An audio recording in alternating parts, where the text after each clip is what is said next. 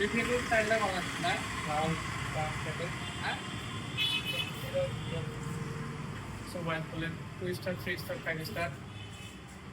ভালো লাগছে কিন্তু ইন্টেরিয়র গুলো এবার যেটা 2025 এর দেখলে এডিশন আছে লেটেস্ট মডেল গুলো বহুত ভালো লাগছে কিন্তু প্রিমিয়াম টাইপের না বিপিএল এর ডিজাইন গুলো দেখো উপরে কি মানে টপটা বড়িয়া এটা তো ঠান্ডা দিচ্ছে রে না হ্যাঁ বাটারফ্লাই ডিজাইন দিছে দেখছো না ডাবল ডোর এগুলা মানে দেখি না আমার পোস্ট করছিল আমি তো কই যে মানে ওরকম মানে কি করে ঢুকবো পাওয়া পেলাম না এই মালটা কি হয়েছে তার দাম কত আছে এটা 1,00,000 1 লাখ হুম